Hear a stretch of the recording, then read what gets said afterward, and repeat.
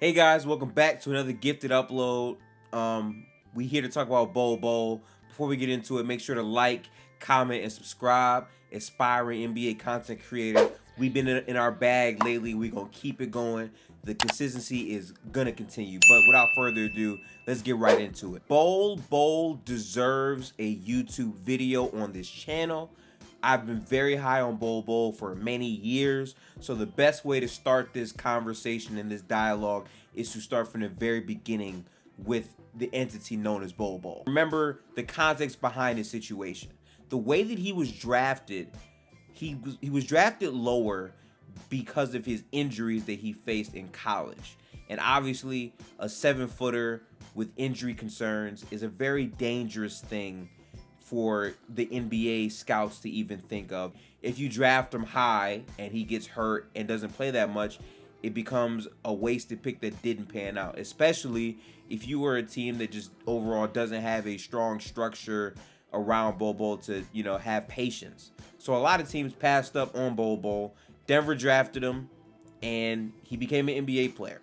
After that was all said and done, Denver spent multiple seasons trying to develop him and produce him, but ultimately things didn't pan out. They moved on, and he wound up on the Orlando Magic, which has been the greatest thing to happen to Bol-Bol in terms of getting a shot at the NBA. In Denver, he was playing very limited games. They were a contending team trying to win a bunch of games. Bol-Bol was young. He didn't really get much tick on the main squad. He played 14 games total last season. It's just not a reliable sample size to really evaluate. What you could see though is Bol-Bol's improvement in terms of passing and all those things while he was in Denver. But the biggest change you're seeing from Bol-Bol and why he's having success, before we get into his skill set and the work he's put in, is the opportunity. For the Orlando Magic, they have had multiple injuries and players that typically would be playing in spots where Bol-Bol wouldn't play. But because of that, the rotation opened up minutes for Bol-Bol to get his chance, to get his opportunity. And you have seen Bol-Bol do nothing but run away with that opportunity. And that ties back into what Bol-Bol has actually done. Bol-Bol this season, if you've been watching, which if you haven't, I understand, but his fluidity, the way that he moves with a basketball in his hand and also without, is a lot better than the seasons he had in Denver. And because of that, he's able to fly up and down the court. He's able to average 2, not 1, not 0.5, 2 blocks per game because of his agility and his movement. And the fluidity for a basketball player is the number one thing that matters to being productive on the court, because you have to understand how to get to certain spots at the highest level with the best athletes in the world. That's what the NBA is. And the fact that Bol-Bol has done that and made that transformation is the biggest background blueprint outside of the opportunity that's giving him such a chance to grow. But let's get into the numbers. Bol-Bol is averaging 13 points per game, 8 rebounds a game, 40% from 3 on almost 2 attempts per game. So overall, he's been a very productive player. And again, defensively, he can walk out there and give you 2 to 4 blocks. If you're watching the games, he gets it fairly easily, and his length is really able to aid him. But what Bol-Bol has been able to show, again, is that skilled versatility at such a large height. And that particular trait about Bol-Bol is actually what brings us to the title of this video, the future of the NBA. If you've been paying attention these last couple of years, the future of the NBA is pivoting. We live in a guard-dominated league, yes, and that type of perimeter play is still going to be the norm moving forward, but the NBA has now leaned more towards versatility, towards having players who can be point forwards at 6'9" or 6'10", who can bring the ball up, who can block shots, who can provide rim protection, but also play perimeter defense. The versatility in terms of being an all-around player with height has been the transitioning point for the NBA. I can give you Kristaps Porzingis. I can give you Anthony Davis. I can give you Bam Adebayo. I can give you Cade Cunningham. I can give you what Jalen Green can be at 6'4", 6'5". Like they're able to do multiple things on the court at a much higher level that a point guard would do. If you look at a LeBron James, which obviously one of the best players ever. But the bigger point is having wings, like 6'9", 6'8" wings, Jason Tatum, Andrew Wiggins, guys that can do a lot of things on the court at that particular height. There's a premium for that. And the league is trending towards that direction.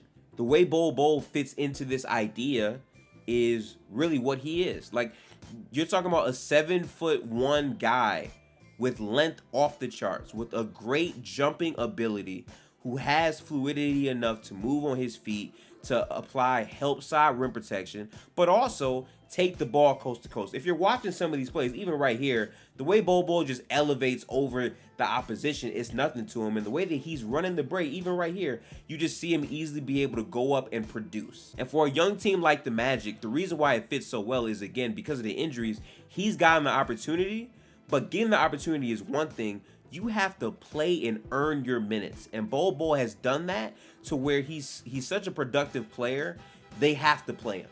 You know, he's not going to get DNPs or the short end of the stick because he's playing out of control right now. And I understand 13 points and 8 rebounds might not seem like a lot to some people, but we're talking about a guy who has not played significant rotational minutes in the NBA. So effectively, even though he's played 3 seasons before this, this is really his first real crack at the NBA as a real producer. 26 minutes a night, playing back-to-backs, playing high minutes in some of these games. It speaks to the trust that he's built up with the team and that coaching staff, that he could potentially be a real viable option for the Magic in their rebuild. And as a Bol-Bol fan, for me, I'm so happy to see him take that step and really commit to the defensive side of the basketball, because what keeps Bol-Bol on the court is his rebounding. No matter how he's shooting, no matter how efficient he has been, his rebounding has been a big reason why he's still on the court. Obviously, the team not being that great and them being young helps, but his effort and his motor is the biggest contributor to why he's been successful, and I really feel like that deserves a highlight in itself. I could go on ranting about Bol-Bol for probably hours. I'm not gonna lie to you. I'm a huge NBA nerd, and he's on my fantasy team producing right now, so trust me, I watch the games.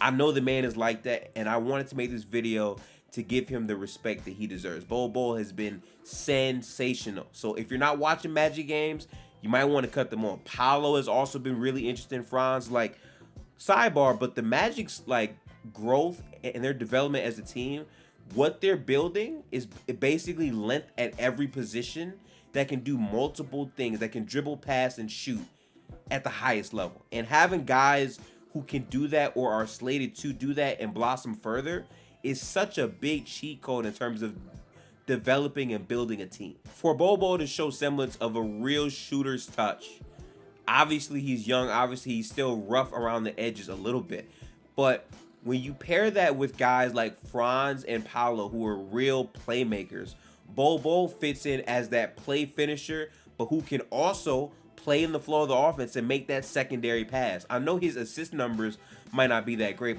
but if you're just watching the game, he does have a great ability to pass the ball and make secondary plays for his teammates. And that, in the early stages of his development, speak volumes to what Denver was able to help him learn, but also what he took from Denver and build on in this Orlando situation.